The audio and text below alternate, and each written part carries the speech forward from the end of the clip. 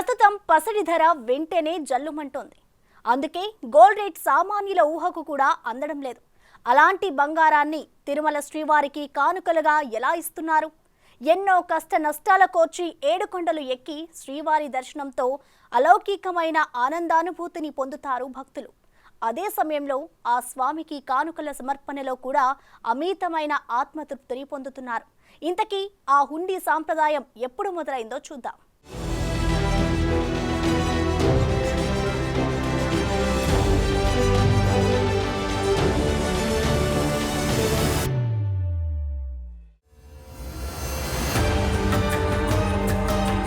Gold market రోజుకో రికార్డుతో షేక్ చేస్తోంది. మునుపెన్నడూ లేని విధంగా బంగారం ధరలు సరికొత్త స్థాయిల్లో కదలాడుతున్నాయి. పొత్తడి విలువ ఏకంగా 76,000 పైకి చేరింది. కొనాలంటే కొరివి అన్న చందంగా గోల్డ్ రేట్లు మారాయి. అయినప్పటికీ తిరుమల శ్రీవారికి బంగారం రూపేణా వచ్చే కానుకలు మాత్రం తగ్గడం లేదట. బహిరంగ మార్కెట్లో పసిడి ధర పరుగులు పెడుతున్నప్పటికీ స్వామికి నిలువు దోపిడీ ఇవ్వడంలో భక్తులెక్కడా వెనకడుగు వేయడం లేదని అర్థమవుతోంది. ప్రత్యేకించి భారతీయ మహిళలకు బంగారానికి విడదీరాని బంధం ఉంటుంది. వారి మధ్య ఈ అనుబంధం శతాబ్దాలుగా కొనసాగుతోంది. భారతీయులకి బంగారం అంటే చాలా ఇష్టం. ముఖ్యంగా భారతీయ మహిళలు బంగారాభరణాల్ని అలంకరణగా ధరిస్తుంటారు. అందుకే ఏడాదిలో 365 రోజులు బంగారానికి మంచి డిమాండ్ కొనసాగుతుంటుంది.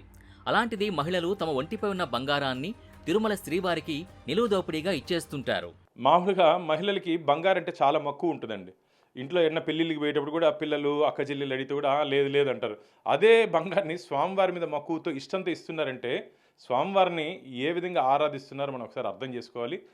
ఆరాధిస్తున్నట్టు పద్ధతి అసలు ఈనాటిది కాదు, ఏ రోజు నుంచి వస్తుంది. ఇప్పుడు కలియుగంలో కూడా, ఈ యాంత్రిక యుగంలో కూడా అంత భక్తి శ్రద్ధలతో స్వామివారికి నిలువు దోపిడీ బంగారు సమర్పిస్తున్నంటే ఇది చాలా చాలా విశేషమైనటువంటి దినంగా మనం భావించాలి.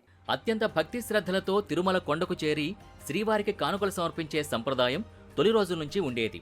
శ్రీవారికి హుండీ ఏర్పాటు చేయకముందు భక్తులు తమ కానుకల్ని శ్రీవారి పాదాల వద్ద ఉంచి వెళ్లిపోయేవారు. అయితే 1821 జూలై 25న శ్రీవారి హుండీ ఏర్పాటైంది.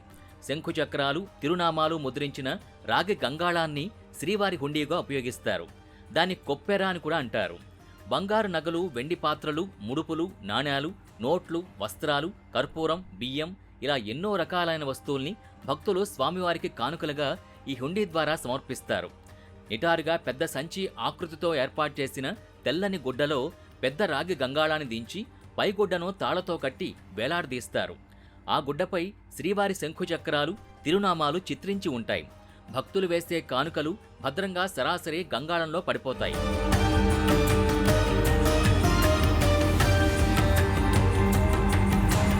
(1830లోనే తిరుమల ఆదాయం, అందులోనూ ప్రధానంగా హుండీ ఆదాయం నుంచి పూజలకు, అర్చనలకు, ఉత్సవాలకు ఖర్చులు పోగా ఆనాటి ప్రభుత్వమైన ఈస్ట్ ఇండియా కంపెనీకి దాదాపు ₹1,00,000 మిగులుండేదట. ఇక ప్రస్తుతం శ్రీవారి ఒకరోజు సగటు ఆదాయం 1,50,00,000కు పైగా ఉంది.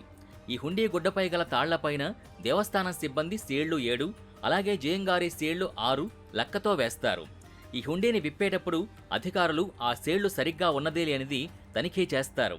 హుండీని రోజుకు 2 సార్లు మధ్యాహ్నం 2వ నైవేద్య కాలంలో, మళ్లీ రాత్రి ఏకాంత సేవా సమయంలోనూ విప్పుతారు. అయితే భక్తుల రష్ ఎక్కువగా ఉన్న సమయాల్లో కానుకలు ఎక్కువగా వస్తే హుండీని రోజుకు 3-4 సార్లు కూడా తీస్తారు. వాటన్నింటినీ ఆలయంలోని ఆనంద నిలయం వెనక భాగంలోని పరకామణి అని పిలిచే స్థలంలో లెక్కిస్తారు. 1965 వరకు హుండీలోని కానుకల్ని బంగారు వాకిలి వద్దే లెక్కించేవారు. అయితే కానుకలు పెరగడంతో లెక్కింపు కోసం ప్రత్యేక స్థలాన్ని ఏర్పాటు చేసుకున్నారు. భక్తులు సమర్పించిన కానుకలతో రోజు 12 నుంచి 13 గంగాళాలు నిండుతాయి.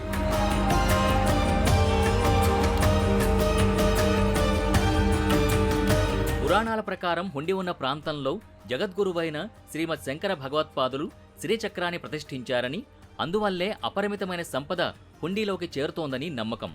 శ్రీవారి హుండీ కింద శ్రీచక్రమున్నట్టు 1992లో టీటీడీ వేద పండితుడు శ్రీరామనాథ ఘనాపాటి తన రచనలో తెలిపారు.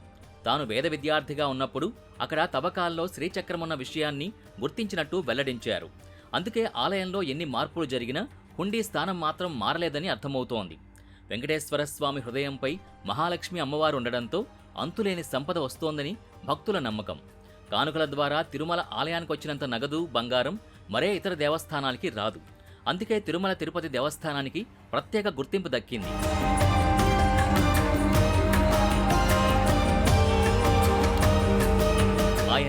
అసలే శ్రీనివాసుడు. ఆయన పేరులో, ఇంటిలో, హృదయంలో లక్ష్మీదేవి కొలువుతీరి ఉంటుంది. దానికి తోడు 7 కొండలపై ఆయనకు నిత్య కళ్యాణం, పచ్చతోరణంగా భోగాలు జరుగుతుంటాయి. ప్రతి సంవత్సరం శ్రీవారికి భక్తులు సమర్పించే కానుకల విలువ పెరగడమే గాని తరగటమనే మాటే ఉండదు. మరి ప్రపంచంలోకెల్లా ధనవంతుడైన ఆ దేవుడికి 11 టన్నులకు పైగా బంగారముందంటే ఆశ్చర్యమేముంటుంది?